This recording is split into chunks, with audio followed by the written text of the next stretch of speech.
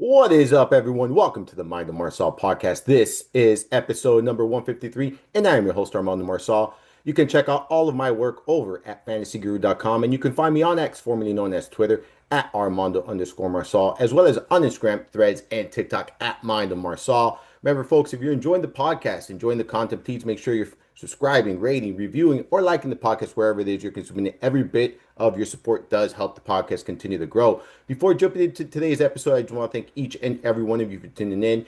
Your support truly means a lot to me, and I appreciate you guys spending a part of your day here with me. You can also catch this show and every episode over at my YouTube channel at Mind of Marsal there. So make sure you're following me there as well and checking out my shorts, my everything, all the videos I post, these podcasts, and everything I'm posting there as well. Make sure you give me a follow there. If you guys haven't, been tuning in the training camp report series, I posted the latest episode on Monday. Today is Thursday, August 13th. This podcast is not going to be covering the training camp report. This is going to be strictly running backs. I'm going to be diving into the running back position here, and we'll take a deep dive into the position. But make sure you're catching that series there over at fantasyguru.com. I'll be posting another training camp report tomorrow, Friday. So be on the lookout for that there. Like I mentioned, today's episode, we're going to be taking a deep dive into the running back position. I'm going to go over basically my rankings, the running backs I'm targeting, early round running backs I'm targeting, late round running backs I'm targeting, those kind of middle tier running backs I'm targeting, running backs I'm fading. We'll talk about different approaches that you can take with the running back position. We know that there's the zero RB, the modified RB, the robust approach, the anchor running back. There's different, draft strategies when it comes to the running back position. Everyone always asks me, like, is there a favorite one you have, right? And to be honest with you, there's not a favorite one, right? Like, to me, I take each draft and I take it as it comes, right? Like, if you're in the middle of your draft and things play out a certain way, you might want to change your approach, right? You might want to go with a modified approach. You might want to go with an anchor approach. You might want to go with a robust. You just don't want to go into every draft set and I'm going to go with this specific approach and stay on course, without be willing to adjust. And to me, that's the biggest mistake a lot of people make. They go into a draft saying, I got to take care of this, and I got to get this position, and I got to get this position, and I got to make sure that I get my starting lineup. And you're missing on a lot of good opportunity, and a lot of good value at other positions sometimes. So, we'll talk about all of these, and I'll mention what these are, what they mean, and then we'll discuss some of these running backs that I targeting, including there's a running back here that I just want to leave every single draft with. And I'll mention it to you. And I know that I have my home league. I was actually talking to a really good friend of mine. He's a family member, really. It's my wife's cousin. He's like a brother to me. I was talking to him this morning. We are actually talking the running back position. And there's no secrets in my league, right? Because everyone knows my rankings are out. There's a lot of, a lot of these guys are subscribers to the site. They tune into the podcast. So look, there's no secrets, but everyone here is going to know who I want to leave each and every draft with. But before we jump into the running backs and stuff, let's discuss some of these, different strategies. So like I mentioned, you got the robust running back approach. That's basically going very heavy at the running back position early on, right? Like what you're aiming there for is several running backs in the first couple of rounds. 2 to 3 running backs maybe in the first 4 rounds, 2 to 3 rounds. That's considered a robust approach. I see a lot of people taking that approach, and I think that's becoming a little bit more popular. That's basically the approach of everyone, maybe 10 years ago, or so, and the league change or whatnot. But I kind of see steering in this direction. I see a lot of 2 running back builds in drafts that I've done. So I think it's a little bit more popular than what it was just 2 years ago, really. This was again an approach that I would say when I started playing fantasy football, this was the approach, right? It's like everyone knew that the first 2 rounds was running backs for the most part, and things have changed. But again, I'm seeing a lot of drafters taking this approach now. Anchor running back has been one of my favorite approaches in recent years, and I've mixed this approach. I've taken every approach really with my drafts this year. If we're being 100% honest, I've taken the anchor approach, the robust approach, the zero RB approach, the kind of modified zero RB approach, and I've been pretty content with most of my rosters when I've taken these approaches. But the anchor approach is where you draft that one high-end running back, and then you build the rest of your foundation. You build, the rest of your team, and then you kind of look later on for your RB2. You wait a little bit later than most do to take that RB2. Normally, when you take this approach, you'll take the RB, you'll get maybe two, three receivers. You might get your quarterback or tight end, and then is when you're looking at that second running back.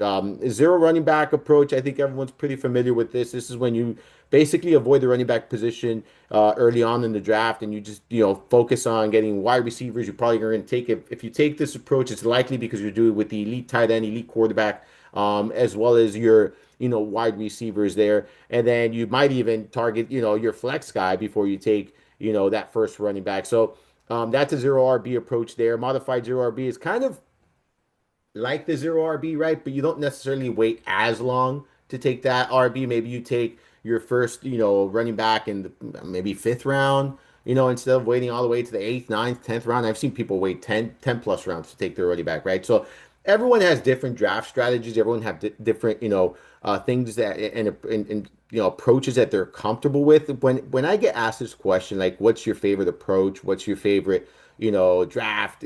It's really a matter of preference, right? Every draft is going to be different. Not every draft is going to play out like you think it is. There are going to be players that fall, a couple spots, maybe a couple rounds in some drafts than you didn't think were going to fall. There's going to be players that go a couple rounds earlier than you anticipated were going to, we're going to go.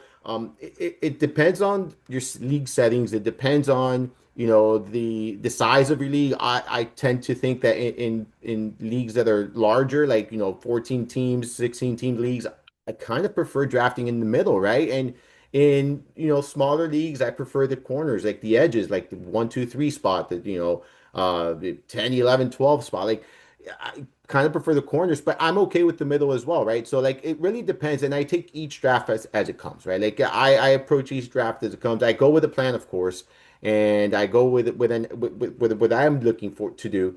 But sometimes I got to look at that paper right here. Like and I always have paper, guys. Like I'm not messing around. I always have papers here. I also have a baseball. Um, but that's for those who are watching, by the way. If you're looking around, I was waving around papers, and if you're listening and not watching, you're gonna be confused. But I was waving around papers, and then I showed the baseball. But I digress there. But yes, to go back to like you just have to be willing to get these pieces of papers, toss them out the window, and just kind of take what the draft gives you sometimes. So, with that said. Now that we got all of the different running back approaches, the draft strategies when it comes to the running back position, just dive into the actual position here. And to me, man, you look at there's a lot of back and forth of who's the number one running back, who's the number two running back. I think for the most part, most consensus are Jahmyr Gibbs, Bijan Robinson is the 1, 2. And I'll be honest with you, man, like there's no wrong answer in my opinion, and there's no right answer. I think you can make a strong case for both of these running backs, right? Like, and you look at, you go back to, I think about when 10 years ago, let's go back 10 years ago when you had Larry Johnson, LaDainian Tomlinson, Sean Alexander. Like, this is where there was no wrong or right answer, right? Like, they were all very good. They were all, capable of, RB1 production. And this is kind of what I'm looking at. I look at Jahmyr Gibbs. He's my RB1. Okay. So this is where we're at. He's my RB1. You look at the numbers. He's been a top 10 running back in PPR scoring in all 3 seasons since entering the NFL. All right. He was RB1 in 2024, RB3 in 2025. And this comes when he was sharing the workload with David Montgomery. David Montgomery is no longer with the team. He's now with Houston.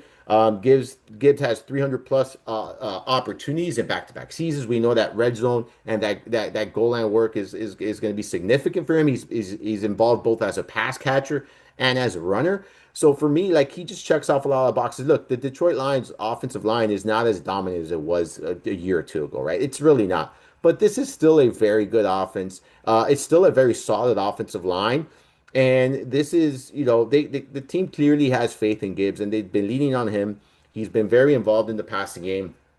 He has 60 plus targets and 50 plus receptions in every in each of his NFL seasons. That's not going to change in 2026. So long as he stays healthy, man, I just think that this is a running back that has, RB1 potential. And that's what I'm drafting him as such. He's averaged 20 plus fantasy points in each of the last two seasons, no less than 16.3 fantasy points in any season since entering the NFL. I mean, he is just, you look at the touchdowns, they're there, double digit touchdowns in every season since he's entering the NFL. I mean, he's averaging at least 1 PPR point per opportunity. You look at the numbers, he's going to get 300 plus opportunities if he's healthy, 300 plus fantasy points. I think top five production once again for Jameer Gibbs so long as he's healthy. I'm drafting him as the RB1. In drafts where I'm not drafting Jamar Chase at number one, full disclosure, in any draft I'm in, I've been drafting Jamar Chase number one almost always. But in drafts I don't draft Jamar Chase number one, I'm almost always going to go with Jameer Gibbs as that second guy that I take. So I just think there's a weekly floor. I think that the ceiling is significant, and for the first time, he's not going to have David Montgomery taking, much away from him. Yeah, they have Pacheco there, but I don't care. I truly don't care. That doesn't bother me. I'm in on Jameer Gibbs, and I think that this is he could repeat performance here from that 2024 season where he was RB1 in PPR scoring. So I'm drafting him as such. And Bijan Robinson, RB2, but like I said, it's 1A, 1B, right? There's no if you tell me, hey, I drafted Bijan Robinson number one overall, I'm gonna be like, hey, you know what? Good. That's good. Good job. I can't argue that, right? I can't make a case for to draft any of Jamar. So okay, let's rewind here for a second. With the number one pick, there's three guys I'm okay with taking almost always, and that's Bijan Robinson, Jameer Gibbs, Jamar Chase. You can make a strong case for any of those three. I'm not going to talk you out talking, out of drafting any of them. But Bijan Robinson is my RB2. I view him as 1B right behind Jameer Gibbs. When you look at, what he did last year, he's coming off another monster season. He finished RB2 in PPR scoring, RB3 in half PPR and standard. He's been a top eight running back in every season since entering the year, back-to-back seasons with 375 plus opportunities here. He was targeted a career high 102 times last year, and this is Bijan Robinson. And now he has check down master Tua Tagovailoa under center, which he was already named the starter. I mean, we could see another 100 plus, target season for Bijan Robinson here. No Tyler Algier. Look, it's in my opinion, if both of these running backs stay, healthy this year, we're going to see them competing there to the end for that RB1, RB2 position. Just, in my opinion, elite status right here. Um, and again, you just look at this team. You look at he's been durable. Bijan Robinson's been durable, 17 games. Has played all 17 games in each of his first three seasons. The opportunities have been significant for him. I mean, it's just he checks off so many boxes for me. And it just not, even if he doesn't get 102 targets, like he did last year, let's just, let's be mindful. He's had at least 70 targets in every season since entering the NFL. So like he's clearly highly involved in the passing game. Over 1,400 rushing yards in each of his last two seasons. Had touchdown regression last year, only seven compared to 14 in 2024. But I can see positive regression in that department this year. I'm telling you, man, Bijan Robinson, in my opinion, just another elite target, certified top three target, top three draft pick here, in my opinion, in 2026. If we move on to the running back three on my board is Jonathan Taylor. Now, I will say this: the next three running backs I'm going to talk about, for me, are like somewhat interchangeable. I'm okay with taking any of these three as your RB3. I'm okay with taking any of these with a top five pick, here. So, if you want, and Jonathan Taylor is my RB3. He's coming off a big season. If you were listening to me last year, if you were reading my work, if you're, kind of watching my content, I was pretty big on Jonathan Taylor last year, and nothing's changing for me this year. He had a huge year finishing RB4 in PPR scoring. He rushed for over 1,500 yards for a second time in his career, and over 1,900 yards from scrimmage there. He had 18 rushing touchdowns last season. This was the second time he's done that. This is tying his career high there. 300 plus opportunities, which was expected from him. And look, the Colts offensive line. I did the offensive line breakdown there for, Ted and I. We split that. I do the AFC, he does the NFC. We did this article. The offensive line there in Indianapolis is elite. That's an elite offensive line. The only thing with Jonathan Taylor is durability, right? Like that's kind of been the issue here. He played 15 games as in 2020, then 17, but then 11, then 10, then 14. Was able to stay healthy all year last year, 17 games there. If he stays healthy again, I mean, I expect him to have another monster year. The issue here is that this offense could struggle, early on in the season if Daniel Jones is indeed sidelined for some time. Um, as he battles back from his Achilles injury. So that would be the only worrisome thing for me here when it comes to Jonathan Taylor. But other than that, man, like this is a guy that checks off every single box. He's not highly involved in the passing game, so we're not expecting to get a ton of production out of him. But he's someone that last year, 46 receptions. So he's had 40 or more receptions just twice in his career. So again, not highly involved, but again, someone that is going to get a ton of opportunities. I expect over 300 plus opportunities running behind one of the better offensive lines in football. And to me, he's going to give you a weekly floor, someone who has insane upside. And just so long as he's healthy, he's a consistent piece, and I'm treating him as such. So for me, he's another one of these running backs that I'm, going out of my way to target in drafts that I can. Like these are the guys that I'm like very comfortable with, right? These top five guys specifically are the guys I'm most comfortable with, taking in that first round of fantasy drafts here. And two of them might surprise you, or not two. One is definitely going in the first round, but one of them is going to surprise a lot of people. And I actually just took this running back. I think it was seventh or eighth overall in my most recent draft in a best ball draft I'm doing. But we'll talk about that now in a second. But RB4 for me is Ashton Genty. Um, Look, I was big on Genty last year, and he didn't live up to my expectations. I still think it was a solid season for him. He finished RB11 in PPR scoring, RB16 in PPR points per game. He had 338 opportunities, so the opportunities were there as a rookie. Finished with 1,300 plus yards from scrimmage there. Um, if you look at the production, it was underwhelming, right? To say the least. But this poor young man was often hit behind the line of scrimmage. This was an awful offensive line. It was just an awful unit, awful offense, period, right? There's just no way around it. But things are looking up and up here in Las Vegas. And let me tell you, man, they have a new coach. They've beefed up the offensive line. They have a new quarterback. It's just a whole new look in Las Vegas, and I think if there's anyone that's going to benefit from this is Ashton Genty. All right, Clint Kubiak, he's the head coach here. We know that he plays a lot of outside zone, and this is just going to create a lot of good opportunities for someone like Genty. I think there's going to be a lot of they're going to try to emphasize the run. They're going to try to implement the run, and then they're going to also have him catch passes, screen passes. I think he's going to be involved in the passing game. So I, man, I am just very excited for Genty here going into the season. You have a new look, and if you have Kirk Cousins under center early on the season, I don't think that hurts him. He's going to check it down, and then when you have the young quarterback, he's going to check it down. You look at, they brought in, they beefed up the offensive line with Linderbaum. They brought in Zune, Buford. I mean, this is a whole new look here, and I think when you look at this opportunities, that's the number I'm looking at. I'm looking 338 opportunities as a rookie.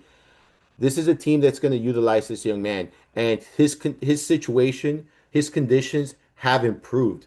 And you give this talented because the talent has not gone anywhere. This is a running back we were very high on last year because how talented he is, and the talent hasn't gone anywhere. Well, guess what? I think his potential, his ceiling, is very very high this year, and I think a top five season is definitely a very high probability for Ashton Jeanty. So for me, I'm drafting him as such, and he's one of three running backs that I'm willing to take. As my RB, after Bijan and Gibbs go, I'm willing to take as that third RB off the board. The next one is my fifth running back on my board, and I have Taylor, Genty, and this next running back in the same bucket. Okay, so I like to put, I would say I when I describe players or in tiers, buckets, however you want to describe tiers, buckets. So I have them in the same tier. So these three running backs are in the same tier. Gibbs, Bijan, one tier. These next three guys, the next tier for me. And that's Omari and Hampton. He's my RB5, and I'll be honest with you, I've taken him as early as RB3 off the board. I'm totally fine. Like I'm fine with exhausting a top five, six pick on Omar and Hampton. Now, being 100% honest, I'm just I have a just expectations for me are very high. Okay, so keep that in mind. And this is the running back I want to leave every single draft with. They brought in Mike McDaniel to be their offensive coordinator. The team added a fullback, Alec Ingold. They added tight end Charlie Kolar, who's a very good blocker. Okay. This is an offensive line that is very strong. They get their tackles back. Okay. We know that their tackles were out last year with injuries. They get their tackles back. They've revamped the interior of this line and added some pieces. They added pieces through the draft as well. So, like, this is a team that has beefed up the offensive line, in my opinion, an elite, and I mean an elite offensive coordinator. Mike McDaniel was an off a head coach, did not do the job in Miami. He just failed. It did not work. But he is a brilliant offensive mind. And here he doesn't need to have that pressure that he had in Miami of being that guy, right? He is the coordinator here, and I think he's going to do a phenomenal job. This is why I'm so high on this offense this year. And Omari Hampton, I think, is going to benefit from that. You look at his rookie season, and look, he played 9 games. Um, he was obviously dinged up, and when he flashed at moments, he didn't produce high end numbers every single time, but he did flash at moments. And I just think that this is an elite situation for another running back who we all talked about being incredibly talented, right? So one of the more talented in his draft class. So for me, when you look at this situation, I'm absolutely loving it for Hampton. You look at how the running backs were utilized in Miami when McDaniel was there. There's going to be a lot of opportunities for Hampton here, both as a runner and as a pass catcher. And I'm looking forward to watching this offense. I've been saying this all offseason. This is one of the offenses I'm most excited for this upcoming season, and it's one I'm going to be investing a lot here. So when it comes to Hampton, it just for me, I'm all in. He's the player I'm all in on this year, and I I just I want to leave every single draft. That's really what it is for me, man. I think this is going to be an offense that produces at a very high end level. I have this team as a dark horse for me to make a run in the AFC. So for me, it's just about can the offensive line stay healthy, and that's the case here when it comes to Omar and Hampton and the success of this offense really. The next group of running backs, okay, like so we have I'll give you my board, okay, I'll give you my board, and then after my board I'll give you like the group of running backs that I'm okay with, taking from this board. And I'll give you so we're at 5. I'll give you all the way through 12. So after Hampton, I have James Cook, RB6, Christian McCaffrey, RB7, Kenneth Walker, RB8. We have Chase Brown, RB9, then Saquon Barkley, RB10, Devon Achane, RB11, and then Brees Hall, RB12.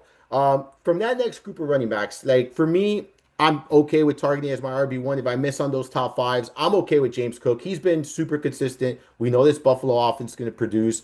Yes, Josh Allen will vulture some TDs in the red zone, but that has not stopped Cook. There's going to be plenty of opportunities. They've been one of the more successful teams, or when it comes to opportunities in the red zone, they're one of the highest teams in the NFL when it comes to that.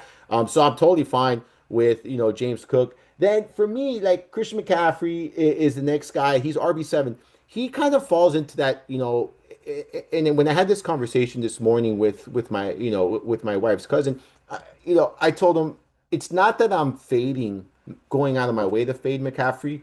It's just I'm not going out of my way to draft him. We know what he's capable of doing when he's healthy, right? We know when he's capable of doing when he's on the field. He's one of the better, one of the best and more consistent players. Not forget running back players in fantasy football. Okay, when healthy, and he was healthy last year, and he obviously turned in an elite season, a phenomenal season. My concern is there was a ton of usage from him last year, and I'm not saying that he is not going to be durable, but for me, I'm just concerned about the wear and tear there, and I'm concerned about the kind of usage he got last year. So for me, I'm kind of shying away from him unless he falls to me in a spot where I'm like, all right, I feel comfortable taking him. So I really don't have a ton of McCaffrey, but I'm not talking anyone out of drafting McCaffrey, right? So like that's not what I'm doing there. Um, he's just not someone I'm taking in that range. I'm kind of gravitating towards some of the receivers there, or maybe drafting someone like Hampton instead of McCaffrey, or someone like Genty instead of McCaffrey, or someone like James Cook instead of McCaffrey. McCaffrey's coming off the board on average, by the way, ladies and gentlemen, RB3. So it's generally top what, six pick in most drafts. So this is why I'm not drafting him, because I'm either taking Bijan Gibbs, Chase, one of the three running backs I've talked about already, ahead of James Cook, one of those top five backs, or some receivers. So um, this is why. But again, if you draft McCaffrey, I'm not. I totally understand why you're doing it. Then at number 8, I got Kenneth Walker. Look, I love the spot for him in Kansas City. This is, I think, a perfect fit. Andy Reid knows exactly what he wants to do here. He wants to establish the run. This was an issue for Kansas City last year. They weren't able to run the football. Kenneth Walker has proven that he is very capable of being a very, very productive running back at this level. So long as he's given the opportunities. He has battled injuries throughout his career, so there is risk when it comes to that. But as long as he's healthy, I think top 10 production is very, very feasible for Kenneth Walker in 2026, and I think he's going to get all of the opportunities he can handle. When you look behind him, um, it's a rookie, Emmett Johnson, like, who I like quite a bit, by the way. We're going to talk about him later in the later rounds. Yeah, as a later round guy. But yeah, Kenneth Walker, someone that last year I was very bullish on.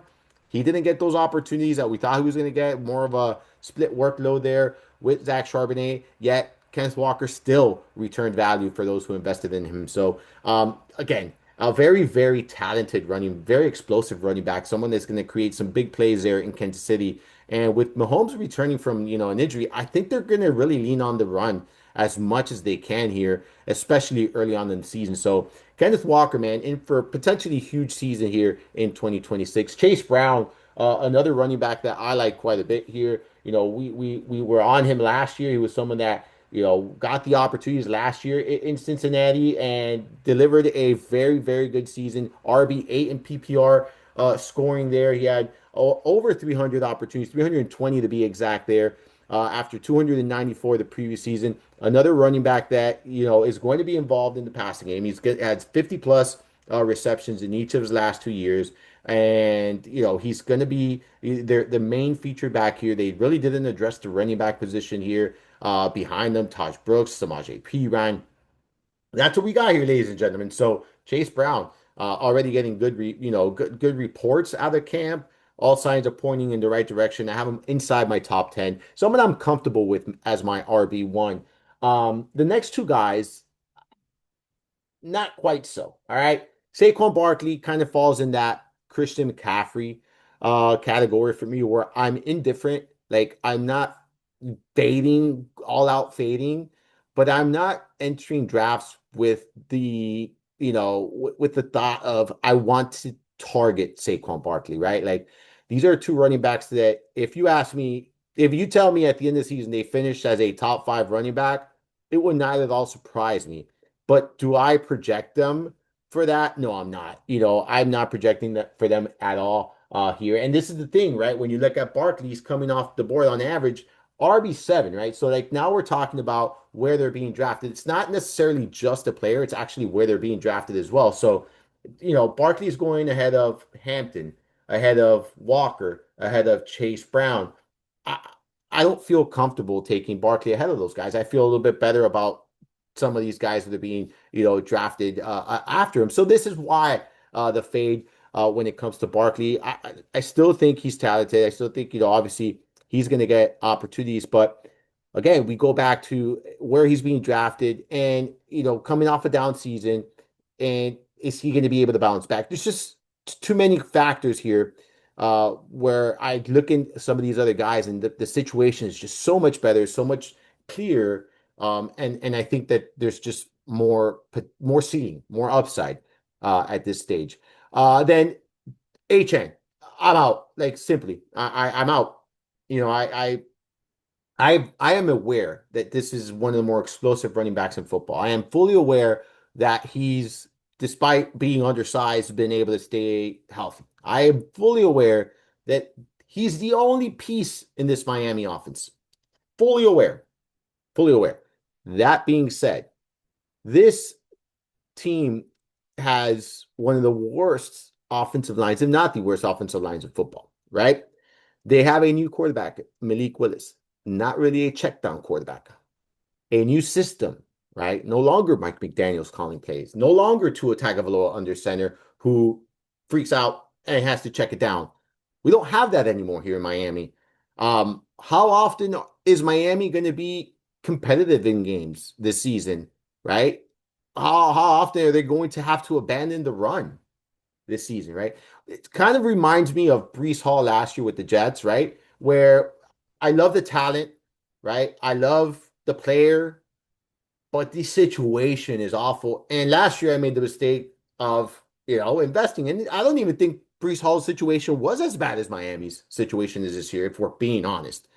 So for me, it's just a matter of this situation is very, very bad.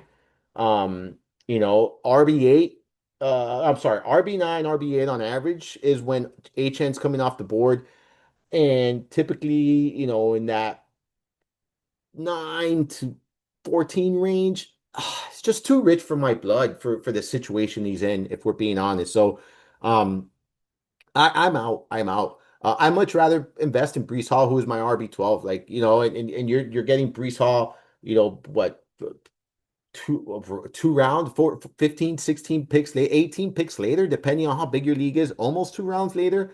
Um, so again, I'm out on HN here this season. I'm just he has to fall to a place where he's probably not going to fall for me to take him here in 2026, and it's simply because of the situation more than anything else.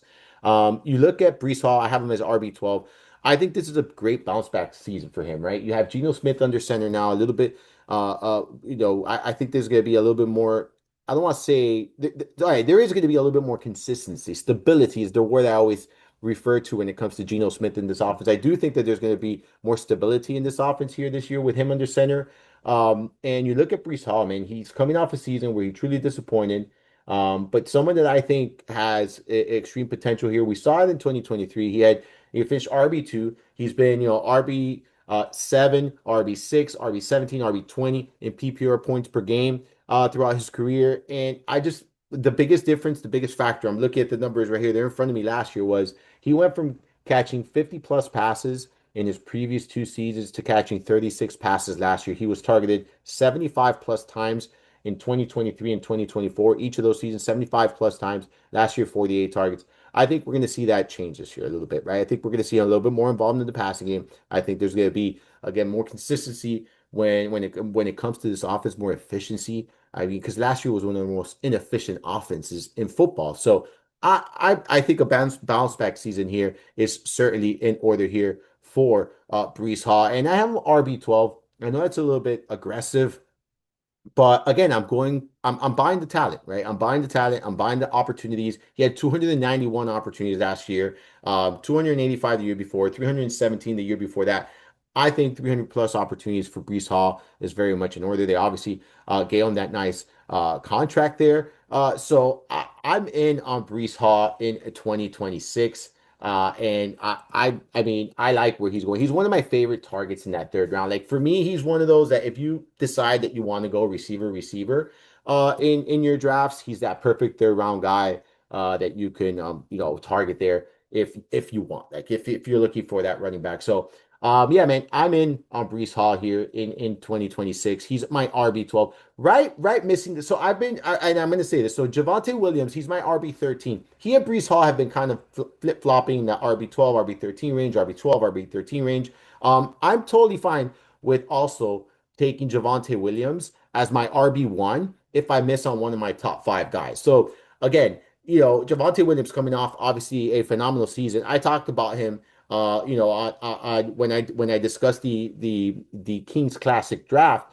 I discussed, about his season. My expectations were not that high for him, and he came out and it was just he just needed a change of scenery. We knew the talent was there, right? We knew that the talent was there. We knew that he's capable of producing. It was just one of those situations where he, unfortunately just got injured. and really never got going in Denver. So the change of scenery definitely helped Javonte Williams here. Catch that episode 150. I go deep dive into Javonte Williams, but another running back that I'm perfectly comfortable, taking as my RB1 if I do miss out on one of my top five running backs. So my top five running backs in order: Jahmyr Gibbs, Bijan Robinson, Jonathan Taylor, Ashton Genty, Omar and Hampton. I want to leave every single draft that I can with Omar and Hampton.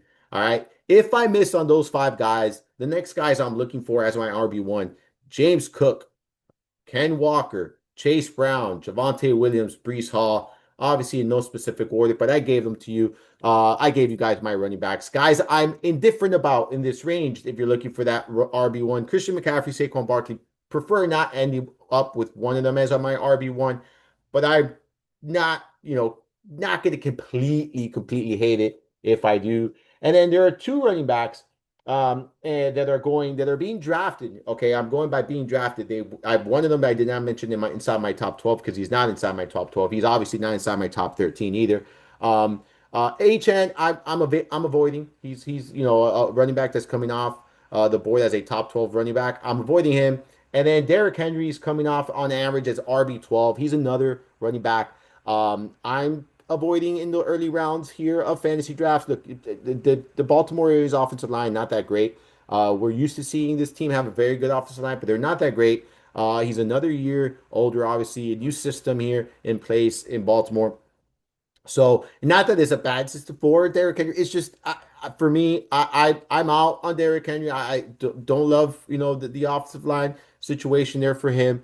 And again, he's just getting another year older. And you look at some of the running backs that are being drafted, in that range. You got Ken Walker, Chase Brown, Brees Hall. I talked about him. We're gonna talk. Javonte Williams is being taken, as RB16 on average.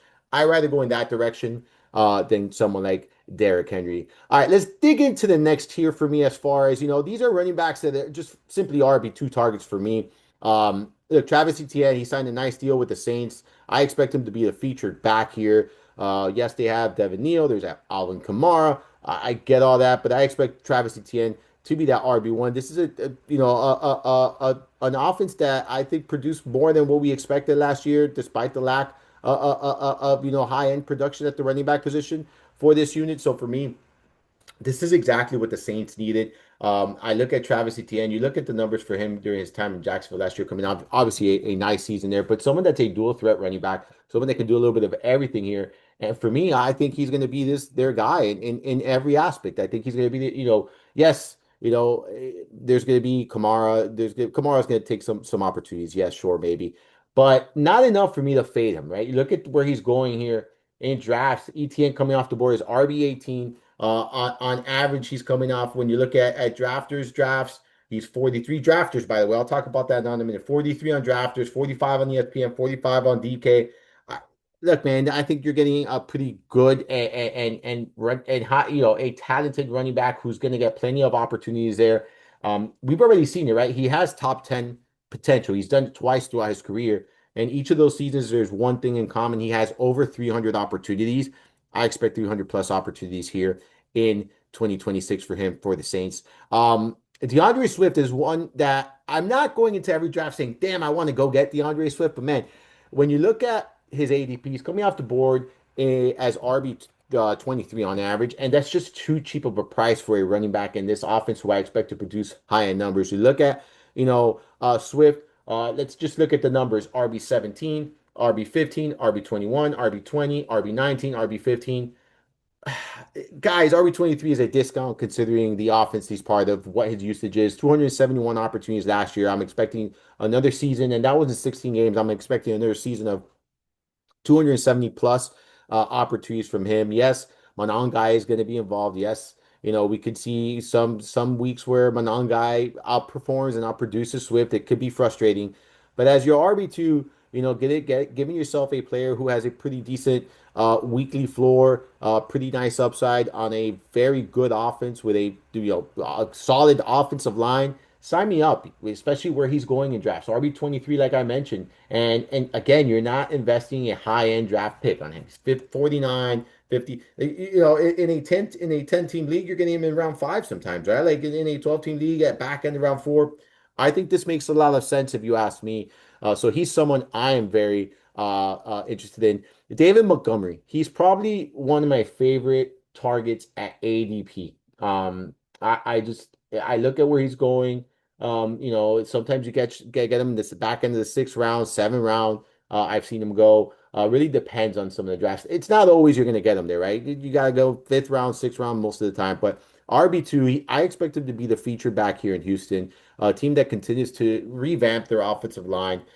They were trying to, this was a part of their offense, an identity of their offense that was not there. It was not present last year, the running game.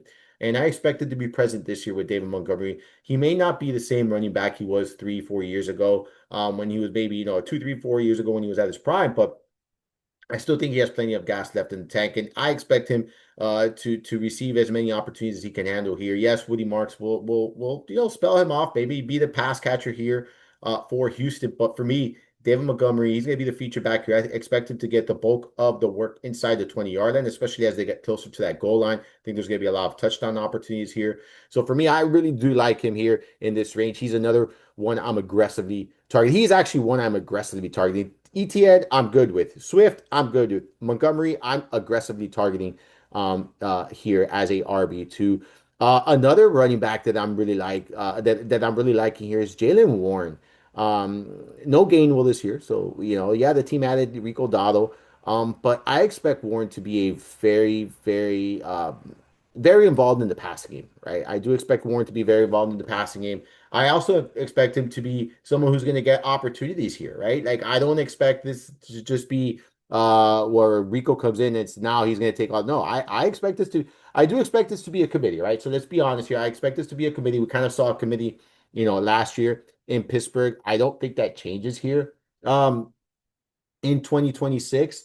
But for me, I do think that you look at Jalen Warren, he had 211 rush attempts. He had 45 targets, 256 opportunities last year. I see a situation where, he has similar production. And for me, as an RB2 man, he was RB18 last year. I would even venture to say that we see more involvement in the passing game, maybe closer to that 2023 season where he was at 74 targets, 61 receptions.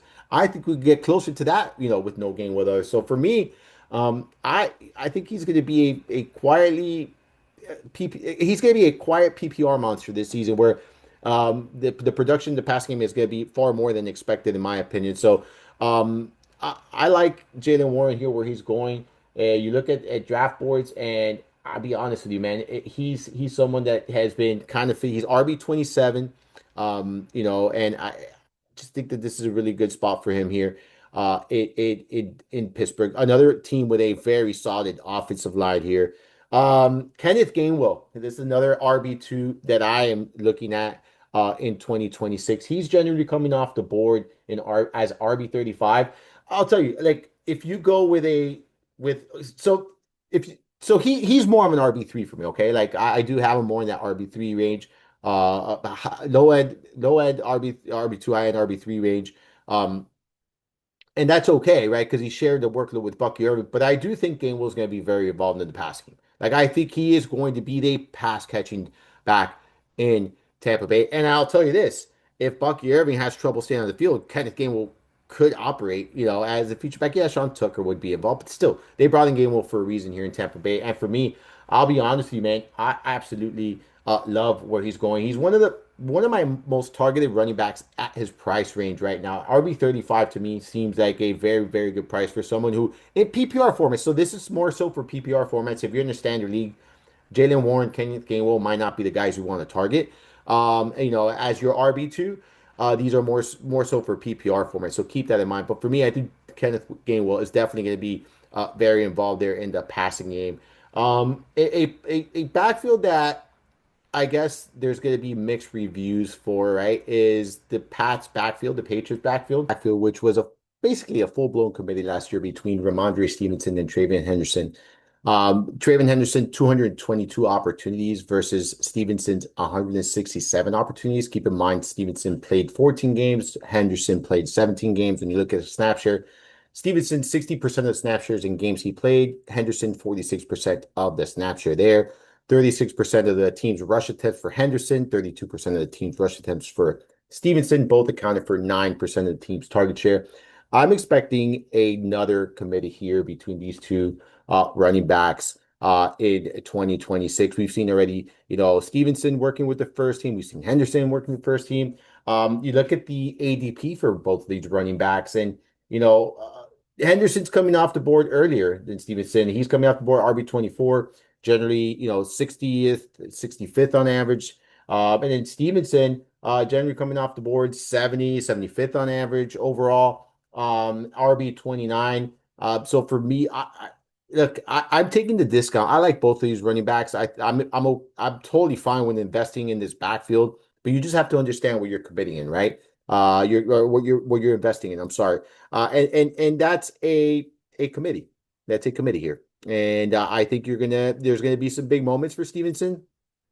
I also think there's going to be some big moments for Henderson, but without question, this is not a backfield where there's one guy that's going to assume and take on the majority of the workload here. You're going to have to be accepting that, there's going to be some weeks where Henderson goes off and Stevenson's very quiet. So I'm totally fine with taking, either of these two running backs as an RB2 here in 2026. But I'll be honest with you, I'm more inclined to take a discount here with Stevenson. I do think, obviously, Henderson's ceiling, we haven't seen it. Don't know if we've seen Stevenson's yet, but I definitely will be taking the discount on Stevenson here as my RB2. The Jaguars backfield, you got Tutin, you got Chris Rodriguez.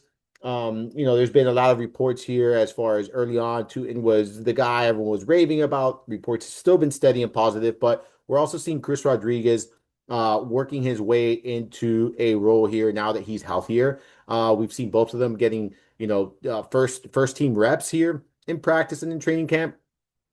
Something that, you obviously have to be monitoring. I definitely, the way I look at this playing out is very simple.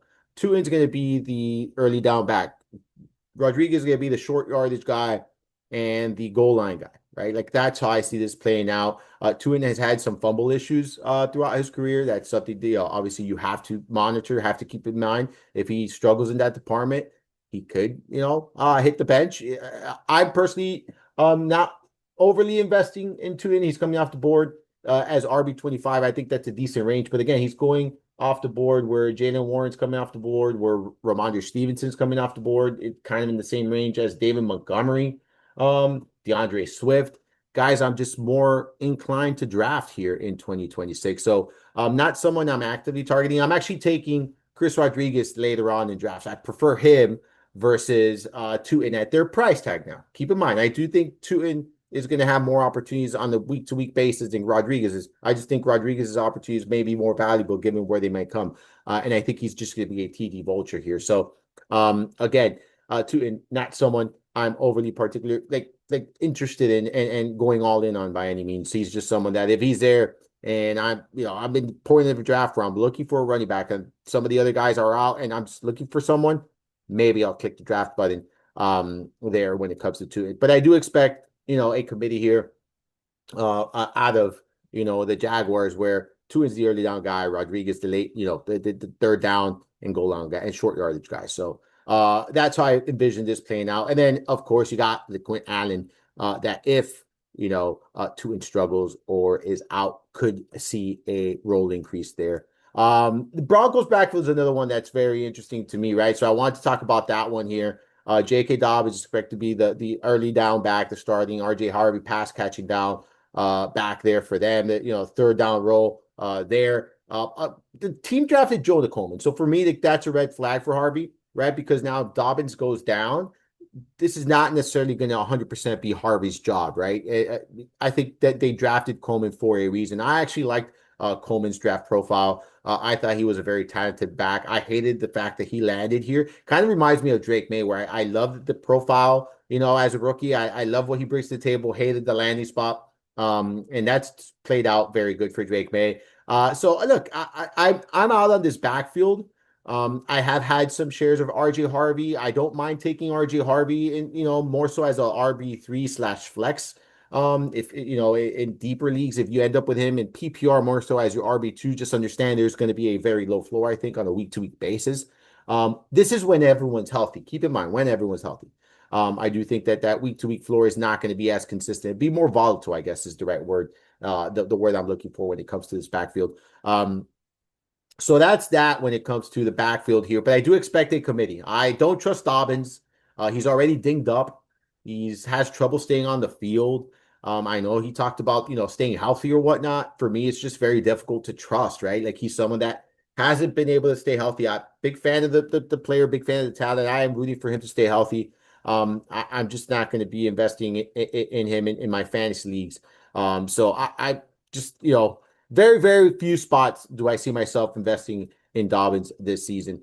The fact that he's already here is just very concerning for me. That's pretty much some of these situations that I want to talk about. We'll talk about some late round targets. These could be rapid fire. These are not going to be super in depth. And I'll discuss some handcuffs as well. So talk about, some of the late round running backs I'm targeting, as well as some some handcuffs here. And again, these are guys not necessarily that I want to start, but these are guys that I'm in a bind. You might have to, or might get some production out of them. Keaton Mitchell, I love this year. Like I absolutely love him going into this season. He's, behind Omar and Hampton, him and Kimani Vidal. Keaton Mitchell, someone who can really catch passes to the backfield, very explosive, the speedy running back. Very fits really pretty much everything Mike McDaniel wants in a running back. And I think that he is someone that might offer a little bit standalone value in PPR scoring settings. And if Hampton would miss any time, I think Mitchell could be a home run hitter. So whether you're drafting Omar and Hampton or not, I love the idea of drafting Keaton Mitchell late in drafts. Jaden Blue, someone I was particularly high on last year that was a complete bust. Reports have been steady, positive, positive, positive, like throughout camp, throughout practices. Apparently, the work ethics have changed for the positive there this year. So for me, he's a late round target that I've been kind of eyeing. Whether you're drafting Javonte Williams or not, I'm totally fine with him there. Chris Rodriguez, we just talked about him. He's one of my favorite late round targets. I just think that he's someone that might not get, a full every down workload in Jacksonville. I'm fine with that, but I think there's a path to a lot of touchdowns here if he indeed does carve out that red zone role, which I expect him to. Um, Tyron Tracy Jr., like he's just someone I gravitate towards, right? Like you look at this backfield in New York, you have Cam Scatterboo, which is a nut. I love that guy and I want to invest in him, but like you watch the videos, you watch him do backflips, and you're like, fuck, man, like, can I really invest in this guy? Like, this guy is like one like party away from that's it that at the end of the season, like just by doing something crazy at the party, jumping off a stage, something. I don't know, but I'll tell you this. I'm having trouble, right? Just investing in Cam Scadaboo simply because he's just a maniac. It's crazy. I've seen him do backflips coming off the injury. Either way, I'm taking Tyron Tracy Jr. because I do think that there's a path to production, or path to a role here at some point throughout the season. And someone that just even if is not gonna be involved, if you need some points, right? I don't think he's gonna give you goose eggs each and every week, right? Like I think that PPR scoring settings, he's someone that will give you some production here. On a week to week basis. Maybe that's 5 PPR points, maybe that's 12 PPR points. That remains to be seen. But the point is, if you're in a massive bind, he's someone you can plug and play. Emmett Johnson, I absolutely love Emmett Johnson. He's someone that the landing spot could have been better. He's running behind Kenneth Walker, so he's a pure handcuff, right? He's not going to get opportunities. But man, I mentioned earlier about the volatility when it comes to Walker's health since entering the NFL, and for me, I take that into consideration, and with that in mind, Emmett Johnson is just someone that I've been gravitating towards late in my drafts. I really have. He's someone that I just think that, if Walker were to miss time, he's that, I don't want to say 1v1 replacement, but I do think Johnson will get a good amount of opportunities on a week to week basis. That will be someone that fantasy managers will be able to count on if needed, so long as Walker is sidelined. Jordan Mason and Aaron Jones are two backs that I've kind of don't mind targeting here late in rounds. I don't want to count on them, right? I don't want to rely on them, but I think that these are two running backs you can add for depth here. I think Jordan Mason, this offensive scheme really fits well for him. We expect, Aaron Jones to be involved as a pass catcher here. So a situation where, yes, it's a tandem backfield, but I think both of these running backs can produce and be serviceable in a time of need for fantasy managers. So two running backs. And if either of them miss time, like that the other is going to get the opportunities, right? So of the two, I'm kind of leaning towards Mason at his price point. But again, I'm okay with targeting these two for depth here. Handcuffs I'm targeting. So now let's keep in mind, I'm going to talk about two guys that, in my opinion, have standalone value, right? Kyle Monanga, I talked about him earlier when I talked about Swift. I do think that he's going to have some standalone value. And Blake Corum, I also think he has standalone value. These are handcuffs I'm targeting. Maybe you don't want to quote unquote say they're handcuffs because they have standalone value, but these are 1v1 replacements. Like there's no question in my mind. Like if Kyron Williams is out, Blake Corum is a 1v1 replacement. If Kyle Monanga is out, 1v1 replacement. Like that's what it is. Like there's just one for the other. That's it. All right. Those are the two guys like I would say prioritize if you're targeting your handcuffs there. Emmett Johnson, we just talked about him. Jalen Wright in Miami. If HM misses any time, I've talked about Jalen Wright over and over. He has not had the opportunity. I'm telling you right now, this young man is talented. He's super explosive. All he needs is those opportunities. I think with this coaching staff, he might get those opportunities. So far, the reports in camp have been very positive surrounding Jalen Wright. I've heard the local radio stations, they've talked him up a little bit here. So for me, man, he's someone that I'm targeting late in drafts, kind of going very overlooked. So I'm in on him as a late round flyer. Nicholas Singleton there in Tennessee, he's interesting to me. Yeah, they have Spears. Yeah, they have Pollard. Pollard another year older. Spears just incapable of staying healthy throughout his career. Just always finds a way to get healthy, man. Unfortunately, there for him. So Nicholas Singleton, someone that they drafted this year.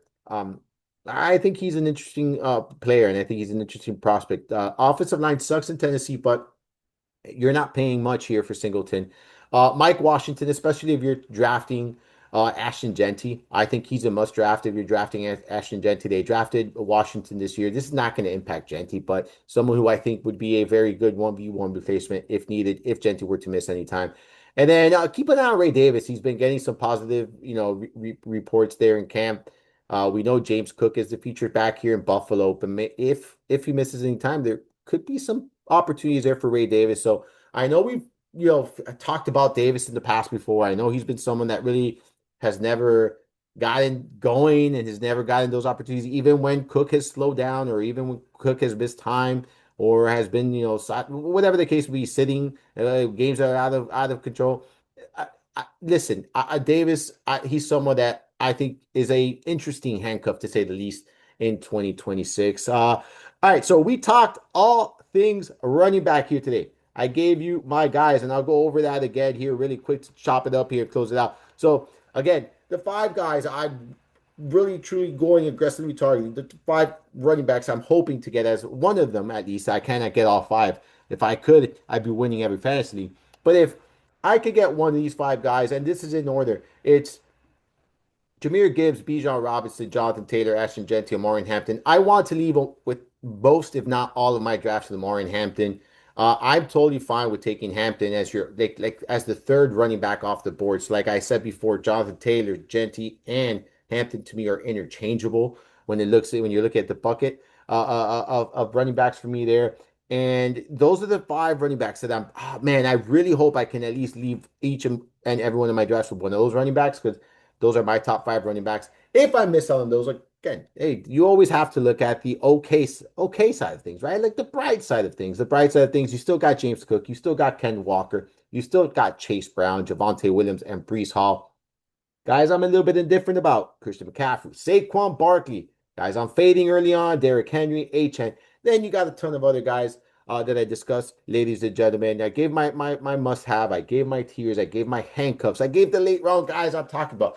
We went in deep into the running back position on this episode of the Mind of Marsal podcast. So hopefully you enjoyed this show. Remember, folks, keep tuning in. We got the training camp report coming out tomorrow, Friday, August 14th. That'll be dropped. I'm also going to be having a DFS breakdown there for the preseason games. We are definitely doing DFS content like we've been doing each and every season for preseason there. So make sure you're checking that out at fantasyguru.com. Make sure you're checking out all of my work there as well. I got the auction draft book consistently and continuously updating that book as we get news. So make sure you're keeping an eye out for that as you're drafting. I'll be doing another update on Friday of the auction draft book there. So keep an eye out for that. Keep an eye out for the content. We got our training camp show. All right. Training camp. That is a huge, huge thing that we do there. It's an event that we do at fantasyguru.com. If you haven't heard of it, basically, we have presentations throughout the entirety of the day, from early morning all the way through the early evening. We'll be talking, different. There's betting, there's DFS, there is in season, different league setups, dynasty, auctions, PPR, non PPR.